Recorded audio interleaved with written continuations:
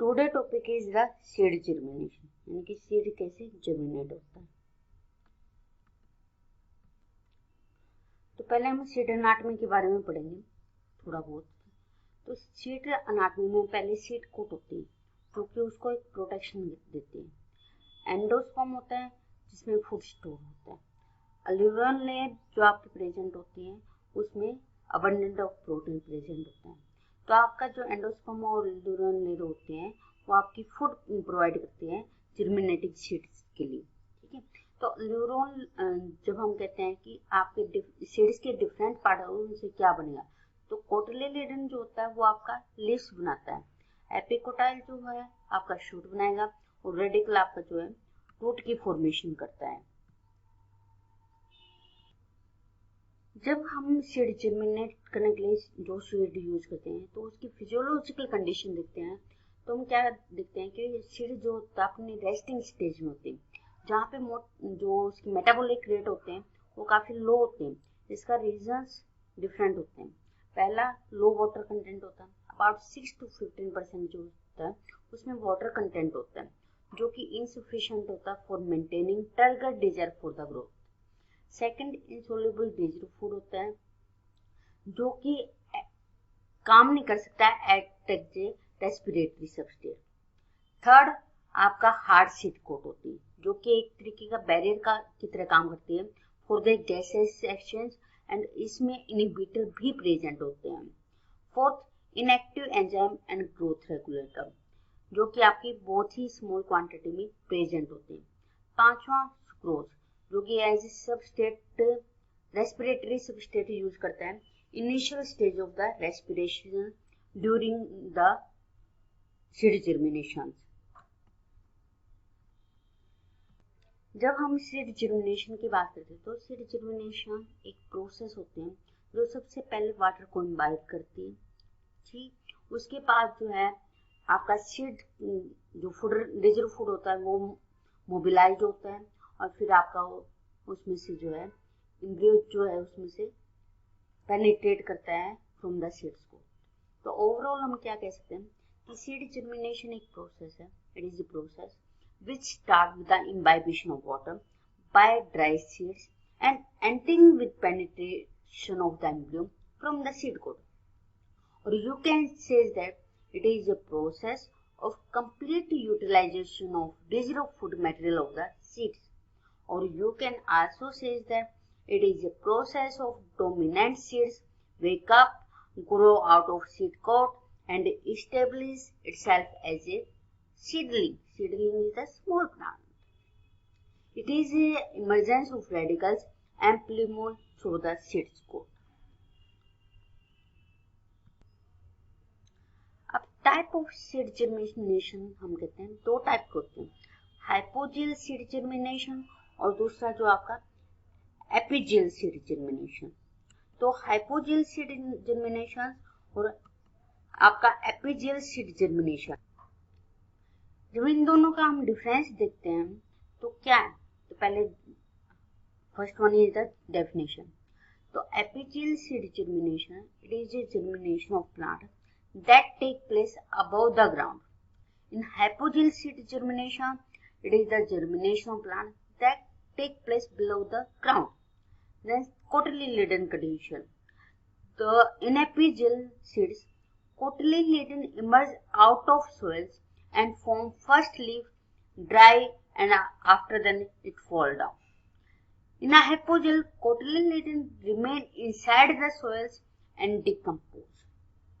कहने का मतलब ये है कि हाइपोजियल्स में जो है आपका सीड जर्मिनेट होगा और जो उसके पहले पत्ते आएंगे फ्रॉम कोटिलेडन वो जमीन के ऊपर आएंगे, जबकि हाइपोजियल्स में जो आपकी पहले लीव्स होगी वो आपके सोइल्स के अंदर ही होगी और सोइल में ही डिकम्पोज हो जाएगी। Hypocotyl conditions, in epigeal hypocotyl is long and it upper part is curved down and protect plumule, जबकि हाइपोजियल्स में जो होगा आपका हाइपोकोटाइल छोटा होगा, स्मॉल होगा and its upper part is not curved down. Epicotyl epigeals में शॉर्ट होता है जबकि हाइपोजियल्स में it is long. Cotyledon colours, epigeal seeds में ये ग्रीन होता है एंड अंडरगो फोटोसिंथेसिस। जैसे कि मैंने कहा कि एपिजियल्स में कोटिलेडन जो है सोइल्स के ऊपर आपका ग्रो करेगा और पहले लीव्स बनाएगा। अब लीव्स बनाएगा तो आपकी फोटोसिंथेसिस भी करेगा। फोटोसिंथेसिस कब होगी? जब वो ग्रीन होगा, यानी कि उसमें जो आपके क्लोरोफिल पिगमेंट्स प्रेजेंट होंगे। जबकि हाइपोकोटाइल में आपके ऑलरेडी जो है कोटिलेडन से जो लीव्स बन गए वो अंडरग्राउंड बन गए, तो आपकी फोटोसिंथेसिस नहीं होगी। एनर्जी यूज, एपिजियल्स में energy comes from the cotyledon, जबकि हाइपोजियल्स में एनर्जी जो है एंडोस्पर्म से आती है। फर्स्ट पार्ट ग्रो, एपिजियल्स में हाइपोकोटाइल पहले ग्रो होता है, जबकि हाइपोजियल्स में ये जो है एपिकोटाइल जो होता है पहले ग्रो करता है। पार्ट आउटसाइड द सोल, तो एपिजियल सीड्स में कोटिलेडन एंड अदर पार्ट जो है आपकी सोल से अबव होते हैं, जबकि हाइपोजियल्स में ओनली प्लीम्यूर वाला पार्ट जो होता है सोल से ऊपर आता है। Example beans, custard, they are the example of epigeal seeds, जबकि hypogeals coconut, pea, maize and rice.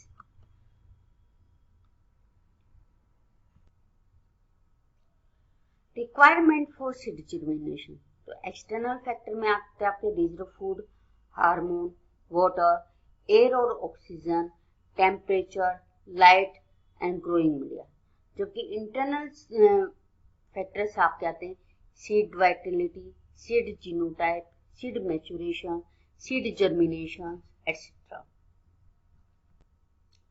तो फर्स्ट वन रिजर्व फूड होता है, ये आपके एनर्जी प्रोडक्शन के लिए यूज किया जाता है। हार्मोन्स जो होते हैं आपके सेल वॉल इलास्टिसिटी के लिए यूज किए जाते हैं। वाटर किस लिए जरूरी होता है?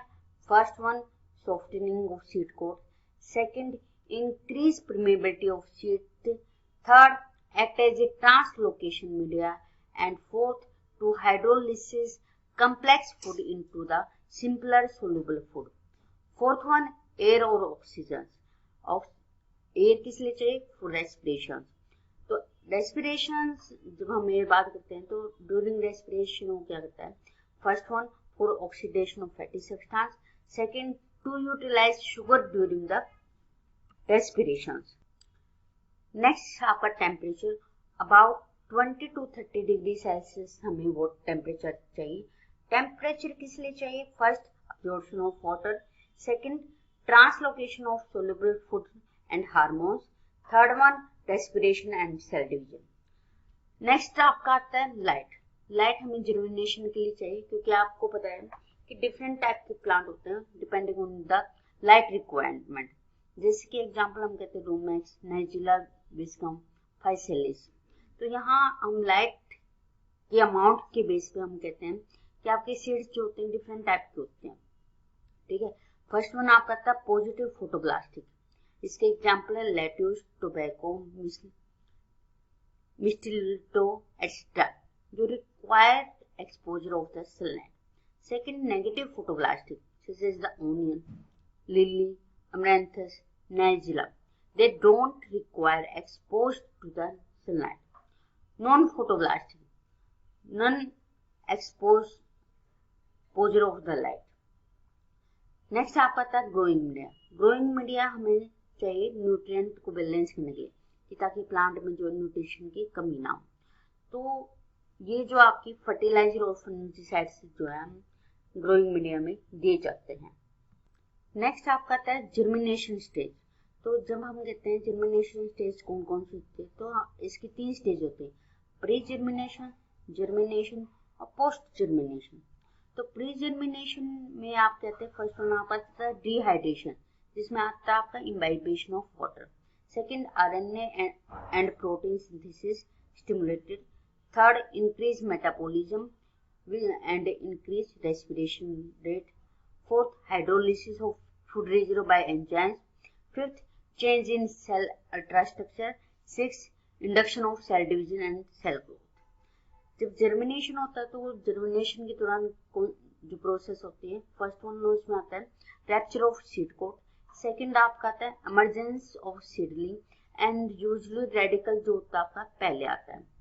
तो पोस्ट जर्मिनेशन, जब आपका जर्मिनेट कर जाता है तो उसके बाद जो कंडीशन आती है, तो उस दौरान क्या होती है, control growth of fruit and shoot axis. Second, control transport of material from food store to growing axis. Third, senescence of food storage issue. Next में हम आता है physiological and biochemical changes during germination. तो physiological में first one आपका आता है imbibition of water.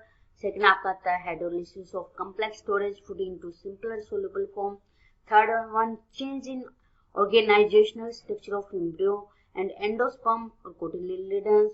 Fourth, conversion of phytochrome red into far red phytochrome form. Fifth, activation of enzyme. Sixth, onset of synthesis of RNA and protein. Seventh, digestion of residue food material. Eighth, translocation of soluble food and hormones to embryo. Ninth, increase in uptake of oxygen. And 10th, cell division and enlargement. 11th, secretion of growth substance. 12th, cellular orientations. 13th, redistribution of metabolic products within growing plant. 14 is the change in level of oxygen and CO2.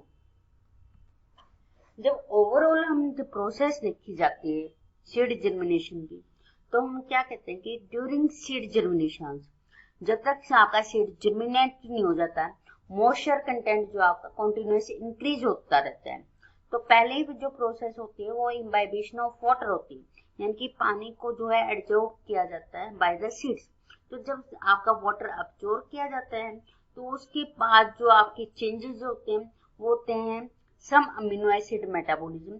Second, activation of mitochondrial respiration.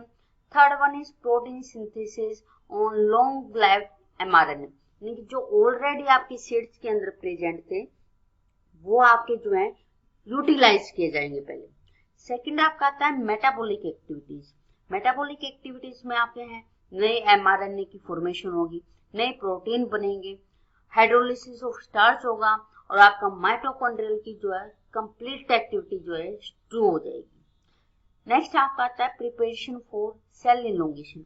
अब क्योंकि सारी activity शुरू हो गई तो आपकी cell elongate होना शुरू करेंगे।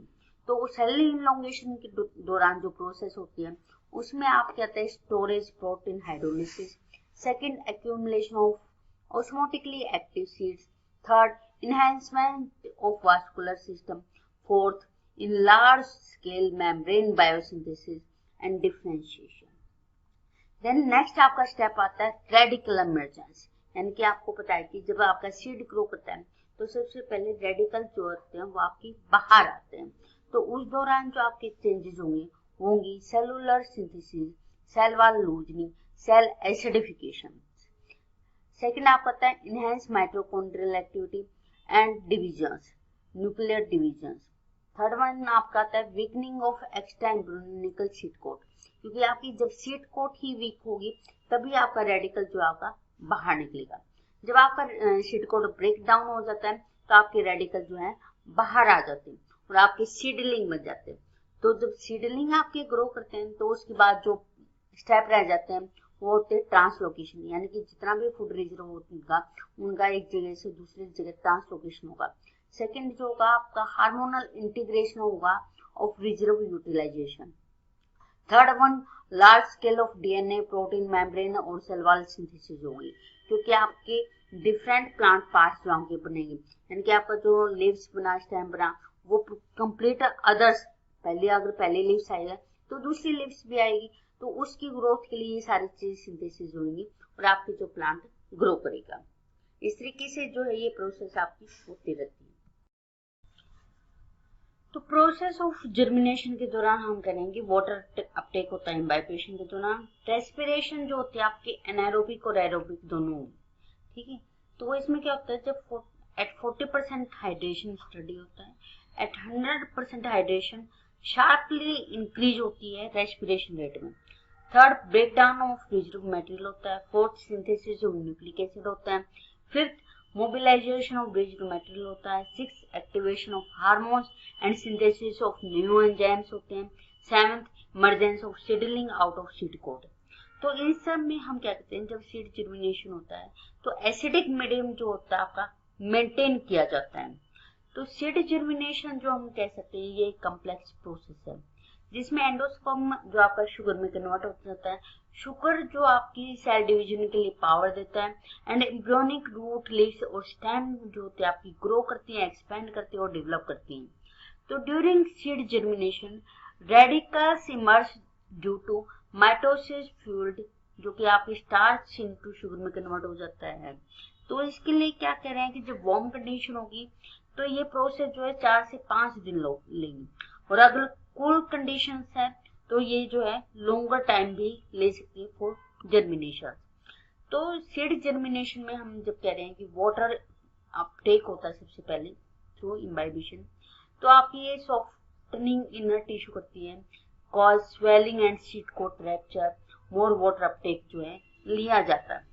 तो जैसे कि डायग्राम में दिखाया गया है कि सबसे पहले जो आपको वाटर लिया जाता है, इम्बाइब किया जाता है थ्रू रेडिकल्स, ठीक है। यहाँ पे आपका जो है वाटर आपका जो है एंटर कर गया, तो वहां पे जब एंटर कर जाता है तो जो गिबरलिक एसिड होता है, प्लांट हार्मोन होता है जो कि सिमिलर टू स्टेरॉइड होता है, ये dissolve and distribute by the water. तो आपका ये जो है डिस्ट्रीब्यूट किया जाता है बाय द वाटर, ठीक है। तो जैसे ये पहुंचता है न्यूरॉन लेयर के पास तो ये एक्टिवेट करता है सर्टेन जीन्स को।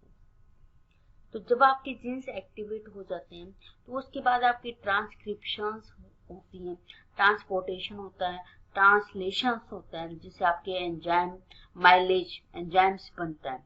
तो जब ये माइलेज बनता है तो आपका जो है आपकी फूड जो होते हैं, क्योंकि माइलेज क्या करता है, प्रोटीन को आपका कन्वर्ट कर देता है अमीनो एसिड्स में, और ये जो एक्सीलरेट कर देता है हाइड्रोलिसिस ऑफ द स्टार्च। तो हाइड्रेटेड जो स्टार्च होता है वो मूव करता है from cotyledons and radicle to initiate growth. जैसे कि आपका ये डायग्राम शो कर रहा है कि आपका गिबरलिक एसिड 3 जो बन रहा है वो आपका जो है डीएनए, ठीक है। जैसे कि हमने कहा कि डीएनए से आरएनए, आरएनए से आपकी जो है ट्रांसलेशन जो प्रोसेस बनते हैं, आरएनए बना तो नए प्रोटीन्स भी बने, नए प्रोटीन बने हैं तो आपकी जो आपका स्टोर फूड है उसको मोबिलाइज करना शुरू कर देता है, ठीक है। और आपके जो जितने भी होते हैं कॉम्प्लेक्स कंपाउंड वो सिंपलर वन में कन्वर्ट करते हैं। जैसे कार्बोहाइड्रेट है वो शुगर में ग्लूकोज में कन्वर्ट कर दिया, आपकी प्रोटीन है वो अमीनो एसिड में कन्वर्ट कर दिया, आपके फैट है वो आपकी फैटी एसिड में कन्वर्ट कर दी। तो इस तरीके से ये सिंपलर वन में आपका कन्वर्ट करना शुरू कर देता है। इसके बाद जो आप क्या कहते हैं कि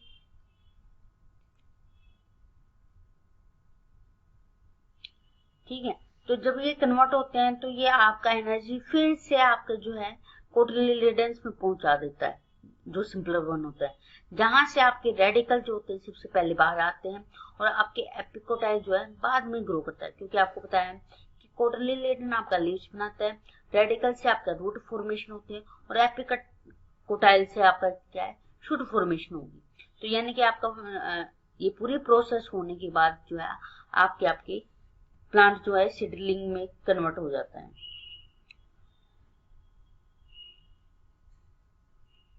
Initial the radicals grow in what direction the kernel tips is pointing. Later smaller root will emerge from radical at very angle. These root will absorb the nutrient necessary for growth and develop when the endosperm is completely consumed. Coleoptile, which is a protective sheath covering the shoots, pushing through the soil until it reaches light. Upon reaching light, the plumule merges. If the kernel is planted too deep, mergence will not occur. Then splitting of sheath coat may take place either by imbibition pressure, by internal pressure created by the growing primary roots, or by hydrolytic enzymes which act on the cell wall content of seed coat and digest extracellular pectinase, etc. Sometimes the seed coat may be extensively rotted by the activity of microorganism in the soil. तो जैसे कि मैंने कहा था कि जब आपकी seed germination होता है तो एसिडिक मीडियम जो होते हैं मेंटेन किया जाता है, तो ये जो एसिडिक मीडियम है मेंटेन किया जाता है। Hydrolase require acidic medium pH for their activation. So during imbibition, high malic acid concentration maintaining. लेकिन मैलिक एसिड आपका डिक्लाइन हो जाता है एट दैट टाइम, जो गिबरलिक एसिड होता है वो आपका इन्वॉल्व हो जाता है, ठीक है, और ये सीक्रेट करता है of phosphoric and citric acid from the aleurone layer, जिसके कारण आपका फिर से एसिडिक मीडियम जो होता है मेंटेन किया जाता है। The time between planting and emerging is determined mostly by the temperature. Warm temperature reduce emergence time. This is only true to an extent. Extensively high temperature can also increase emergence time. Soil compactation can increase the time of emergence. Third, lack of moisture can also increase emergence time. तो जब हम summary करते हैं seed germination की, तो क्या है कि सबसे पहले जो है पानी एब्जॉर्ब किया गया, उसके कारण डिफरेंट एंजाइम जो है एक्टिवेट हो जाते हैं, जिसके कारण आपका रेस्पिरेशन जो है रेट इंक्रीज हो जाता है विद कांस्टेंट रेट, ठीक है। तो एंजाइम एक्टिवेशन जो करते हैं आपके फूड रिजर्व को ब्रेक डाउन करते हैं, जिसके कारण जो फूड रिजर्व आपका होता है वो हेल्प करता है न्यू न्यूक्लिक एसिड फॉर्मेशन में डीएनए आरएनए, जो कि मोबिलाइजेशन ऑफ फूड करते हैं, जिसमें आपके जो है प्रोटीन जो होते हैं बिल्डिंग ब्लॉक का काम करते हैं, कार्बोहाइड्रेट और लिपिड जो है एनर्जी प्रोवाइड करते हैं for biosynthesis, nucleic acid control enzyme synthesis and development. इसके बाद जो आपका मोबिलाइजेशन ऑफ फूड होता है, तो उसके बाद जो हार्मोन्स होते हैं वो नए एंजाइम्स फॉर्मेशन करते हैं। ये एंजाइम जो है एक्टिवेट करते हैं ऑफ एम्ब्रियो, ठीक है, और वो आपका जो है सीड जर्मिनेट करता है डिपेंडिंग ऑन द सीड्स, कौन सा सीड्स है कि वो एपिजियल्स ग्रो करेगा या हाइपोजियल्स। तो role of phytochromes in the seed germination. तो आपका सीड जर्मिनेशन में फाइटोक्रोम कैसे करता है, कि आपको पता है कि फाइटोक्रोम की दो फॉर्म होती हैं, एक एक्टिव होते हैं, एक इनएक्टिव होते हैं। इनएक्टिव फॉर्म जो आपकी फाइटोक्रोम रेड होते हैं, जबकि एक्टिव फॉर्म जो आपकी फार रेड वाली होती है, ठीक है। तो जो आपकी फार रेड वाली काम करेगी तो फोटोमॉर्फोजेनेसिस में हेल्प करेगी। तो यहाँ पे हम देखते हैं कि आपका जैसे ओवरऑल प्रोसेस हुई थी कि वाटर इम्बाइब हुआ, इससे जो है गिबरलिक एसिड आपका जो है एक्टिवेट हो जाता है और न्यू सिंथेसिस में काम करता है और आपके अमाइलेज काम करता है। ये अमाइलेज जो है आपका हाइड्रोलिसिस में काम करता है और आपके डिफरेंट जो जितने भी कम्प्लेक्स कंपाउंड हो वो आपकी सिंपलर वन में कन्वर्ट हो जाते हैं।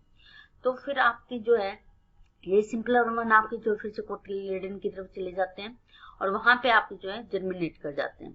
तो जब हम लाइट की बात करते हैं, ठीक है, तो लाइट आपका क्या करता है, फार रेड की फॉर्म में कन्वर्ट करता है। तो जब ये फार रेड करता है तो ये आपकी जो है सिंथेसिस में हेल्प करता है। तो जब आपकी रेड लाइट होगी तो आपका सीड जर्मिनेट करेगा, रेड प्लस फार रेड होगी तो no germination, red plus far red plus red तो आपका जर्मिनेट करेगा, red plus far red plus red plus far red तो आपकी कोई जर्मिनेशन नहीं होगी, ठीक है। Red plus far red plus red plus far red plus red, यानी कि आखिरी वाला आपका अगर रेड होगा तो आपका जो प्लांट जो आपका सीड्स जो होता है वो आपका ग्रो कर जाता है।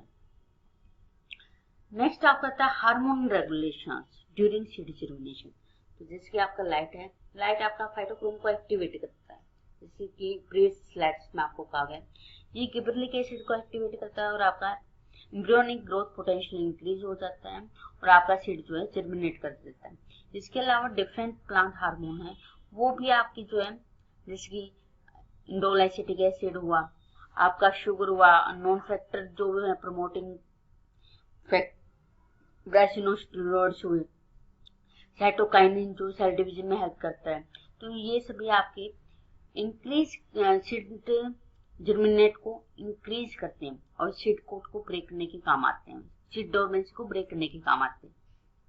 जबकि सीड कोट यहाँ पे एज ए इनहिबिटर काम करता है, क्योंकि अगर हार्ड होगी तो आपका सीड कोट ब्रेक नहीं होगा और रेडिकल से आपके बाहर नहीं निकलेंगे। कोल्ड जो होता है, चिलिंग जो आपका इफेक्ट होता है, ये भी आपका गिबरलिक एसिड की प्रोडक्शन में हेल्प करता है। इसलिए जो आपका कोल्ड कंडीशन जो आपकी सीड जर्मिनेशन में हेल्प करता है। Gibberellic acid dependent seed germination. तो क्या होता है कि डिफरेंट जीन्स जो गिबरलिक एसिड के gibberellic 3 OX1, ATGA3 OX2 genes, ये इनकोडेड करते हैं GA3 ऑक्सीडेज को। GA3 ऑक्सीडेज GA सिंथेसिस में हेल्प करता है, जो कि हेल्पफुल होता है आपका सीड जर्मिनेशन में। गिबरेलिक एसिड AB इंटरेक्शन की जब हम बात करते हैं ड्यूरिंग सीड जर्मिनेशन, तो हम क्या कहते हैं कि गिबरेलिक एसिड इंड्यूस करता है सेल वॉल हाइड्रोलाइसिस एंजाइम को, such as the expansin, PME and aquaporin, जो इंड्यूस करता है एंडोस्पर्म वीकनिंग की। एंडोस्पर्म वीकनिंग हुआ तो यानी कि आपका जो है फूड जो आपका मोबिलाइज हुआ और आपका सीड जर्मिनेशन करेगा। दूसरा तरीका क्या है, गिबरेलिक एसिड जो है एम्ब्रियोनिकल ग्रोथ पोटेंशियल, जो कि इनिशियल स्टेज में स्लाइड में आपको दिखाया गया है, वो आपका करेगा सीड जर्मिनेशन में हेल्प करेगा।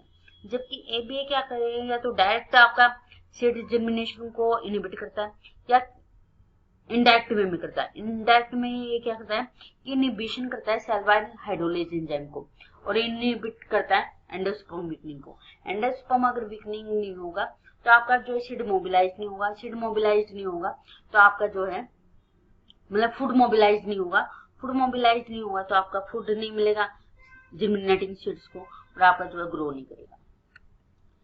तो pathway of amylase induction during seed germination, तो हम क्या कहते हैं कि गिबरेलिक एसिड जो होता है हिट्रोमेर की जी एंजाइम्स को एक्टिवेट करता है। तो ये दो टाइप के होते हैं, कैल्शियम डिपेंडेंट और कैल्शियम इंडिपेंडेंट। कैल्शियम डिपेंडेंट काल्मोडोलिन ये इंड्यूस करता है अल्फा एमाइलेज को, जो ब्रेक डाउन करता है फूड रिजर्व को, ठीक है, जिसके कारण जो आपका सीड ग्रो कर जाता है। सेकंड आपका कैल्शियम इंडिपेंडेंट, इसमें क्या होता है, एक्टिवेट करता है GA सिग्नलिंग इंटरमीडिएट को, जो इनएक्टिवेट करते हैं MIP जीन्स प्लस में GI रिसेप्टर जो कम्प्लेक्स होता है, ये काज करते हैं साइटोप्लाज्मिक प्रोटीन सिंथेसिस। तो इसके कारण जो होता है इंड्यूस होता है अल्फा एमाइलेज जीन्स, जो सेक्रेटरी पाथवे के थ्रू प्रोडक्शन करता है अल्फा एमाइलेज का। अगर अल्फा एमाइलेज प्रोडक्शन होता है तो ये break down of reserve food करता है, और आपका जो है एम्ब्रियो जो है आपका न्यू सीडलिंग ग्रो कर सकता है।